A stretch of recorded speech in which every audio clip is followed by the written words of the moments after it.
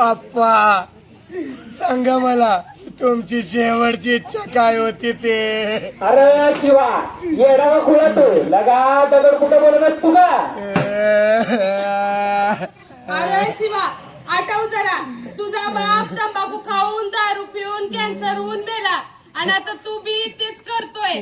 मला वाटतंय तू दारू पिऊ नये तंबाखू खाऊ नये हीच तर तुझ्या बापाची इच्छा नसेल ना, म्हणून तू आता शपथ घे मी तंबाखू खाणार नाही आणि दारू पिणार नाही.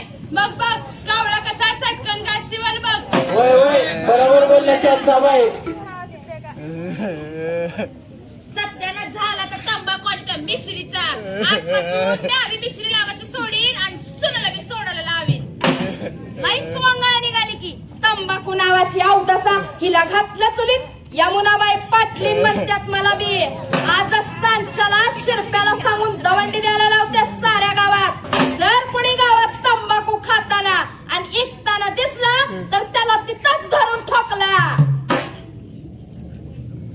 आप्पा आप्पा या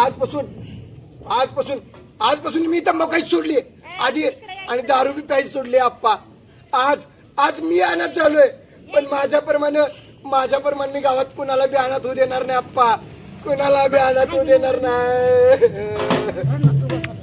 ग्रामीण महिला विकास संस्था दोन्ही यांच्या माध्यमातून 15 साजरा करताना मग या नसेला आपला भारत देशातून हद्दपार करतोय ना. तिरंगेला देऊया कडक सलामी, बंद करू दे दारू आणि त्या तंबाखूची गुलामी. नशेला करणार ना नशे कुणाला करू देणार, नशेला करणार ना नशे कुणाला करू देणार. आपल्या भारत देशातून या नशेला आम्ही सारे मिळून हद्दपार करणार. तिरंग्याला साक्षी म्हणून दारू आणि तंबाखूला द्या सोडून. तिरंग्याला साक्षी म्हणून दारू आणि तंबाखूला द्या सोडून. भारत माता की जय म्हणून वजनाला द्या सोडून.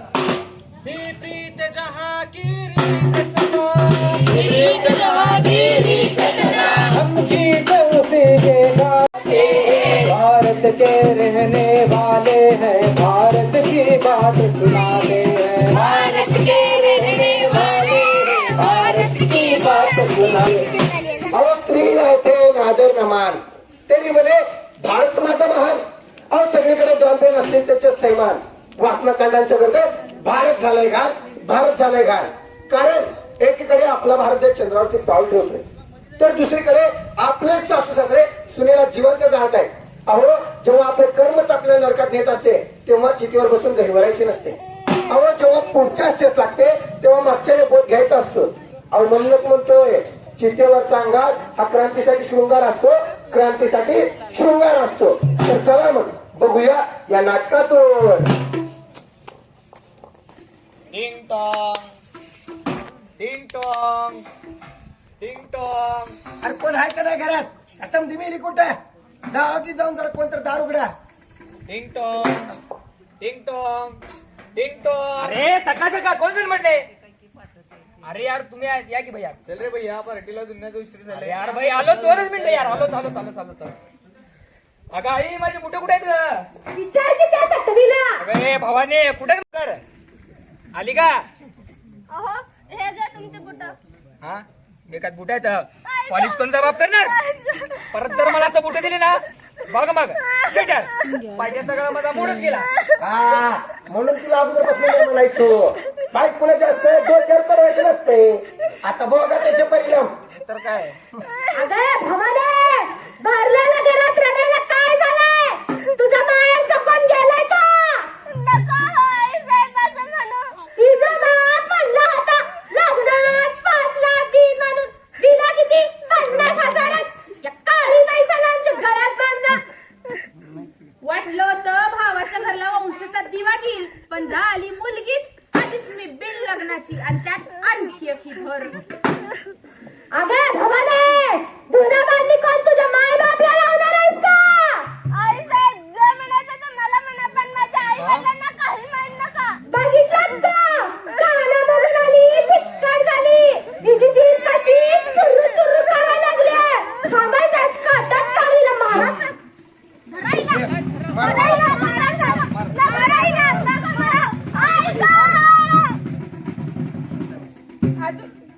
अजून किती दिवस सोसायची ही घोर नाकेबंदी?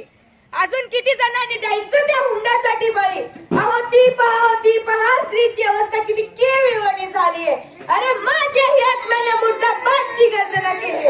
अरे रक्तात पेटलेल्या आगणित सूर्यानं आता तरी या मानवतेच्या क्रूरतेला आग लावी चला, आग लावी चला, आग लावी चला. त्याला सोडून येते अहो, बरोबर कल्पना चावला दिली. भारताची महिला राष्ट्रपती झाली. सुप्रियाताई मुख्यमंत्र्यांच्या रेसमध्ये आली. सानिया मिर्झा जगामध्ये प्रसिद्धी पावली. पण बलात्कार, अन्याय, अत्याचाराने आज ही का पीडित आहे माऊली? अहो सांगा ना, आज ही का पीडित आहे माऊली? बस झालं आता हे असं जगणं. आता मलाही असहाय्य होत आहे. आतापर्यंत मी खूप सहन केलं. माझा छळ करून माझ्यावर अत्याचार केला, तेही माझ्या सासूने, सासऱ्याने, नंदाने. आणि मी ज्यांच्यावर विश्वास केला त्यांनी मला बूट पॉलिश न केल्याबद्दल माझ्यावर अत्याचार केला. एवढंच नाही तर मी माझ्या लहान वयात लग्न देखील लावून दिलं. आता खूप झालं. आत्महत्या. अहो ताई थांबा. अहो हे काय करताय तुम्ही? अहो थांबा. आत्महत्या करते. अहो पण आत्महत्या का करताय तुम्ही? ओ दादा, माझा वेगवेगळ्या प्रकारे छळ करण्यात आला आहे आणि मी तर अडाणी बाई, मला ह्यातलं काय कळतंय? मला ह्यावर एकच पर्याय सुचतोय, ते म्हणजे आत्महत्या. आता मला जगण्याचा काय फायदा नाही आहे. अहो ताई थांबा तुम्ही. अहो यासाठी काम करणाऱ्या वेगवेगळ्या संस्था आहेत की. अहो तुम्ही जरी अडाणी महिला असाल तरी तुमच्यासाठी काम करणाऱ्या वेगवेगळ्या संस्थांच्या माध्यमातून तुम्हाला मदत मिळू शकते की. अहो तुम्ही जरी अडाणी असाल तर आम्ही आहोत की तुमच्या सोबत. म्हणजे ताई, तुम्हाला जर कुठली अडचण आली असेल तर तुम्ही तुमची तक्रार, तुम्ही एवढे अडाणी नाही, तुम्ही चौकीत जाऊन तुमची तक्रार पोलिसांमध्ये नोंदवू शकता. आणि जर ते तुम्हाला शक्यच होत नसेल तर तुम्ही 112 या नंबरवरती संपर्क साधून तुम्ही लगेच तात्काळ तुमच्या तक्रारीसाठी त्यांच्याकडे अपील करू शकता. म्हणजे त्यांच्याकडे तुम्ही तुमचा अर्ज देखील दाखल करू शकता. आणि जर तुम्हाला एवढं सुद्धा होत नसेल तर महिलांसाठी काम करणारी एक संस्था आहे आणि त्या संस्थेच्या माध्यमातून त्यांनी एक हेल्पलाईन नंबर सुद्धा काढलेला आहे. म्हणजे त्यावरती आपण फोन केला की लगेच तात्काळ तुम्हाला मदत भेटते. आणि तो नंबर म्हणजे ताई महिला हेल्पलाईन नंबर 181 असा नंबर आहे तो. म्हणजे 181 या नंबरवरती सुद्धा तुम्ही संपर्क साधू शकता. तुला कशी वाटलं ग? तुला कशी वाटलं? मला अरे चला नाट बघून चला. तुरू तुरू तुरू तुरू चला चला आपला मग उतर.